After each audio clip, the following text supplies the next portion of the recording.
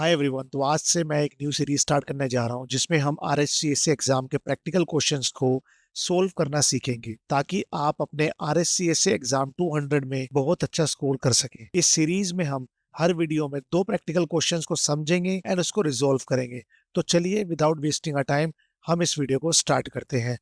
तो मैंने यहाँ पर दो क्वेश्चंस को पहले से लिख कर रखा है जो आपके एग्जाम में 100% आते हैं। तो जो पहला क्वेश्चन है वो है अपने मशीन 1 पर अपने current system local network configuration को डिटरमिन करना और उसके बाद एक स्टैटिक आईपी असाइन करना जिसमें होस्ट आईडी उसकी 134 होने चाहिए। बट अगर आप एग्जाम देने जाते हैं तो यहाँ पर आप होस्ट आईडी डिफरेंट देखेंगे। आपको अपने सिस्टम के करंट नेटवर्क कॉन्फ़िगरेशन को देखना है और उसके बेसिस पे आपको अपना आईपी एड्रेस असाइन करना है। बट स्टेप्स जो होंगे बिल्कुल सेम होंगे, आपको कुछ भी एक्स्ट्रा स्टेप्स को फॉलो नहीं करना। तो पहला क्या है, एक स्टैटिक आईपी ऐड करना है। होस्ट आईडी 134 देंगे हम। नेट मास्क उसका जो डिफॉल्ट होता है वो ही रहेगा। डीएनएस सर्वर जो होगा वो हम गूगल का देंगे और उसके बाद जो है हमारे सिस्टम का जो होस्ट नेम है उसको चेंज करके rel1 node1.example.com देंगे और ये भी इंश्योर करेंगे जो हमारे सिस्टम का नेटवर्क कॉन्फ़िगरेशन है वो परसिस्टेंट हो, विच मींस की रीबूट करने के बाद भी वो सेम ही रहे। तो चलिए पहले क्वेश्चन को हम करते हैं। तो सबसे पहले क्या था, अपने सिस्टम की करंट कॉन्फ़िगरेशन को देखना। उसके लिए हम कमांड यूज करेंगे IPADDR शो। इसमें हम अभी करंटली देखेंगे जो हमारे सिस्टम का जो आईपी एड्रेस है वो है 192.168.150.131। हमारे जो सिस्टम का नाम है वो है ENS 160।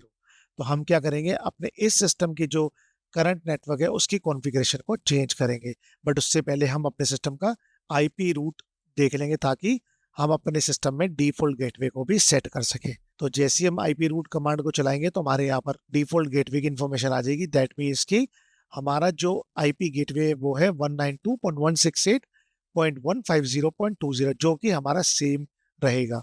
तो चलिए हमारे को अपने सिस्टम की इन्फॉर्मेशन मिल चुकी है और अब हम क्या करेंगे, अपने सिस्टम में स्टैटिक आईपी को असाइन करेंगे। तो उसके लिए हम सबसे पहले जो कमांड चलाएंगे वो चलाएंगे nmcli कनेक्शन मॉडिफाई और अपने कनेक्शन का नाम देंगे जो था ENS 160।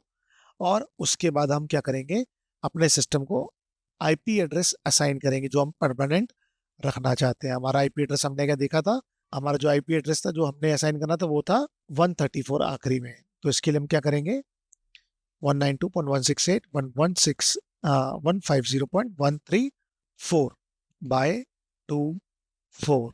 अगला क्या है, हमारा गेटवे असाइन करना। गेटवे के लिए IPv4.gateway और यहाँ पर हम देंगे 192.168.150.2 जो हमारा IPv4 का गेटवे था।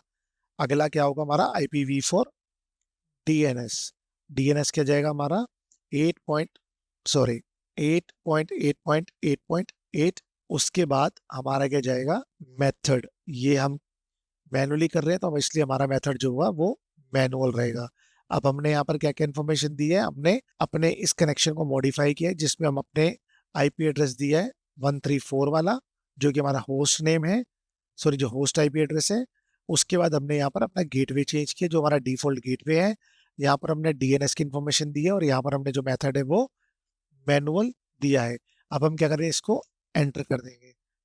अगर आपके पास कोई एरर आएगा तो आपको उसको रिजोल्व करना पड़ेगा। अगर आपके पास कोई भी प्रॉम्प्ट नहीं आता इसको एंटर करने के बाद, दैट मीन्स कि आपकी सेटिंग्स बिल्कुल परफेक्टली गई हैं। अब अगला स्टेप होगा NMCLI कनेक्शन डाउन और अपने कनेक्शन का नाम।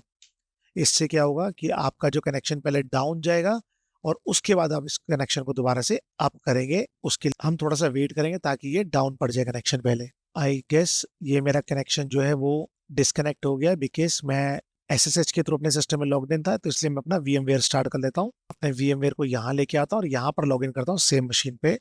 अब हम क्या करेंगे, मैं अपने VMware से लॉग्ड इन हो चुका हूँ। अब अपने कनेक्शन को हम अप करेंगे। अब ENS 160 यहाँ पर हमारे पास मैसेज है कि कनेक्शन सक्सेसफुली एक्टिवेटेड, डी बस एक्टिव, ये वाला।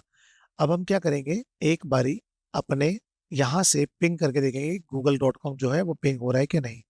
थोड़ा सा टाइम लेगा। अब देखिए हमारे पास पिंग रिसीव हो रहा है, दैट मीन्स कि हमारा कनेक्शन मॉडिफाई हो चुका है। इसको अगर हम वेरीफाई करना चाहें तो हम कैसे करेंगे, IPADDR शो। अब यहाँ पर अगर आप देखेंगे तो यहाँ पर क्या दिखा रहा है, 192.168.150.134। एक बारी अपने मोब एक्सटेम में चलते हैं और कनेक्ट करके देखते हैं अपने सिस्टम को।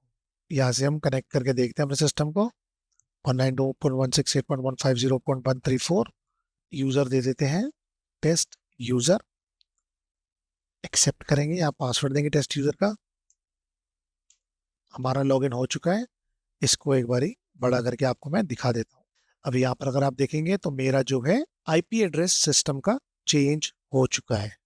तो इसी तरीके से आप क्या है अपने सिस्टम का स्टैटिक आईपी असाइन कर सकते। अगला स्टेप क्या था हमारा, अपने सिस्टम का होस्ट नेम चेंज करके उसको rel1-node1.example.com होस्ट देना। इसको मैं कॉपी कर लेता हूँ, यहाँ से अपने सिस्टम में चलता हूँ और यहाँ से मैं कमांड चलाऊंगा पहले तो sudo su, because system changes के लिए आपको रूट यूजर बनना पड़ता है। और अब अगली हमारी कमांड है host name ctl set host name, और अपने होस्ट नेम का नाम दे देंगे हम rel-node1.example.com। जैसे एंटर करेंगे और अब आप होस्ट नेम करेंगे तो हमारे यहाँ पर हमारे सिस्टम का नाम चेंज हो चुका है। अगर आप अपने सिस्टम को रीबूट कर देंगे तो भी ये आपको यहाँ पर भी आपके शो करेगा। यहाँ पर मैं आपको दिखा देता हूँ एक बारी करके। अपने सिस्टम को रीबूट करते हैं, वेट करते हैं अपने सिस्टम के आप आने का। यहाँ एक बारी चेक कर लेते हैं VMware पे हमारा सिस्टम आप आ चुका है। एक बारी अब हम अपने मोबाइल सिस्टम में जाके चेक करेंगे। हमारा सिस्टम देखो आप आ चुका है और यहाँ पर आप मेरे सिस्टम का नाम देख सकते हैं rel1-node1। होस्ट नेम कमांड से भी उस चीज को आप चेक कर सकते हैं कि rel-node1.example.com मेरे सिस्टम का जो नाम है वो चेंज हो चुका है। तो इसी तरीके से आप अपने सिस्टम को स्टैटिक आईपी असाइन कर सकते हैं और अपने सिस्टम का होस्ट नेम चेंज कर सकते हैं। और याद रखिए ये रेड हैट का सबसे इंपॉर्टेंट क्वेश्चन है, तो आप इसको जरूर प्रैक्टिस कीजिए, बिकॉज ये आपके रेड हैट के एग्जाम में 100% आएगा ही आएगा। तो अब देखते हैं हमारा अगला क्वेश्चन क्या है। अगला है हमारा configuring and securing an Apache HTTP server. इसने हमारे को क्या कहा है कि हमारे सिस्टम में अपाचे सर्विस इंस्टॉल होनी चाहिए, एनेबल होनी चाहिए और रनिंग होनी चाहिए। सेकेंडली जो हमारा वेब सर्वर है वो 85 पोर्ट पर वर्क करना चाहिए, लिसन करना चाहिए, और सिस्टम की जो सर्विसेज है वो एक्सेसिबल होनी चाहिए हमारे लोकल सिस्टम में भी और एक्सटर्नल होस्ट में भी। और जो लास्ट चीज है वो है कि जब हम अपने सिस्टम में कर्ल करेंगे तो हमारे पास वेलकम टू टेकी वर्ल्ड का मैसेज आना चाहिए। तो चलिए इस क्वेश्चन को करते हैं। तो सबसे पहले हम चेक करेंगे हमारे सिस्टम में HTTPD सर्विस है कि नहीं। इसके लिए हम कमांड चलेंगे HTTPD। तो हमारे सिस्टम में जो है HTTPD के 3 टूल है बट एक्चुअल सर्विस नहीं है, तो उसको हम इंस्टॉल कर लेंगे। तो DNF इंस्टॉल HTTPD-y, वेट करेंगे थोड़ा सा। आई एम सॉरी, मेरे को सूडो प्रिविलेजेस से इसको चलाना पड़ेगा। DNF install HTTPD-y। तो हमारी HTTPD सर्विस जो इंस्टॉल हो चुकी है। अब हम इसको करेंगे एनेबल सिस्टम CTL। अब आप इसको इंस्टॉल तो हमने कर लिया, अब इसको एनेबल और रन करना है तो आप सिंगल कमांड में कर सकते हैं, system CTL enable -now HTTPD। हमारी सर्विस स्टार्ट हो चुकी है, बस थोड़ा सा वेट करेंगे। Job failed. अब इसका एरर चेक कर लेते हैं कि क्या कहना चाह रहा है कि क्यों ये सर्विस स्टार्ट नहीं हुई। हम इसको यहाँ से रिव्यू कर लेंगे और ये कह रहा है कि permission denied, make sock could not bind to address. Okay, मेरे सिस्टम में जो है वो PHP चल रहा है, इस चक्कर में ये सर्विस जो है वर्क नहीं कर रही है।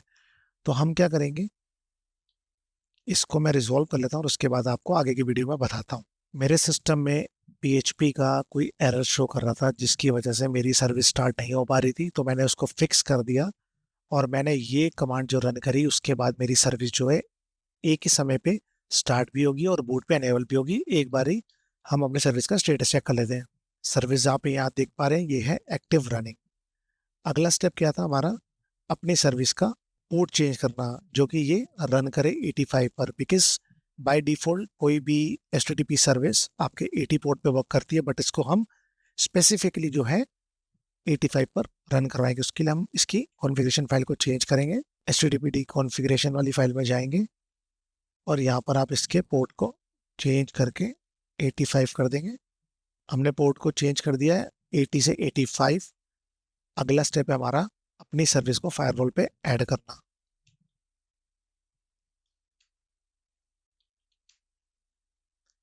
पहले हम सर्विस को ऐड करेंगे, HTTP ऑलरेडी एनेबल्ड है, कोई नहीं, हम इसको पोर्ट को चेंज करेंगे।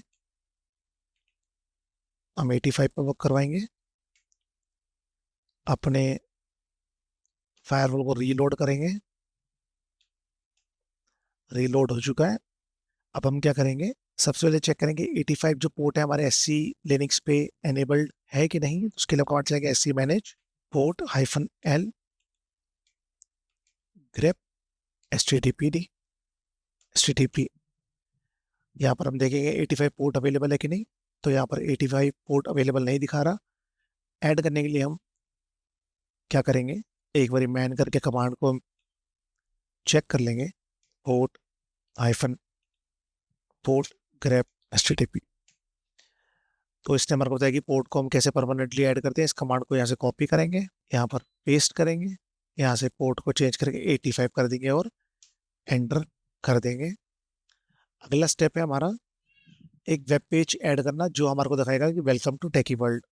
तो उसके लिए हम क्या करेंगे, एको वेलकम टू टेकी वर्ल्ड।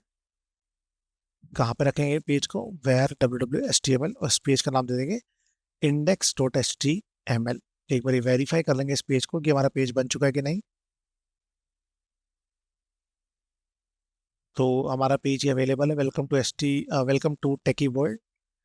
हमारा सारा मेजर काम चेक हो चुका है। बस एक बार हम अपने सर्विस का सिंटैक्स चेक कर लेंगे कि कोई एरर तो नहीं है। हमारे HTTPD सर्विस में भी कोई सिंटैक्स एरर नहीं है, ये हमारे को दिखा रहा है सिंटैक्स ओके। अब एक बार अपनी सर्विस को रीस्टार्ट कर लेंगे और वेरीफाई करेंगे उसके बाद।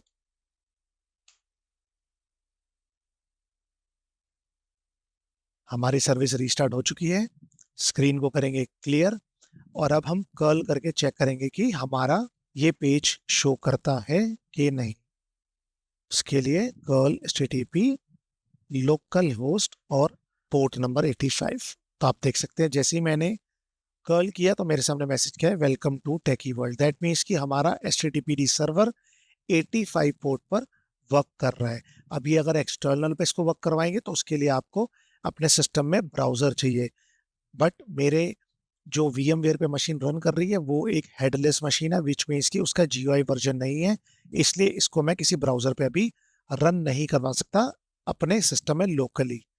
अगर आपको इसको अपने ब्राउजर पर रन करवाना है तो उसके लिए आपको अपने सिस्टम पे एक बारी चेक करना पड़ेगा। तब भी मैं एक बारी अपने क्रोम पे ट्राई कर लेता हूँ कि ये वर्क करेगा कि नहीं। तो मेरा ये क्रोम सर्वर है और यहाँ पर मैं एक बारी अपने सिस्टम का IP एड्रेस दूंगा 192.168.150.134 और 85 पोर्ट डाल दूंगा। तो देख सकते हैं ये मेरा ब्राउजर पे भी वर्क कर रहा है, विच मीन्स की मेरी वेबसाइट परफेक्टली रन कर रही है मेरे ब्राउजर पे भी और मेरे इंटरनल सर्वर पे भी। तो ये दो जो क्वेश्चंस हैं आपके सबसे इंपॉर्टेंट क्वेश्चन है, जो आपके RSCSA एग्जाम में 110% आएंगे ही आएंगे। तो इसको आप बेहतरीन तरीके से प्रैक्टिस करना। अब हम किसी और वीडियो में अगले दो इंपॉर्टेंट क्वेश्चंस को सीखेंगे प्रैक्टिकल डेमो के साथ। तब तक बने रहिए मेरे चैनल के साथ, और मेरे चैनल पर और भी रियल IT वर्ल्ड सिनेरियोज से रिलेटेड वीडियोस देखते रहिए और सीखते रहिए Linux. Thank you so much for watching. You have a wonderful day. Bye bye.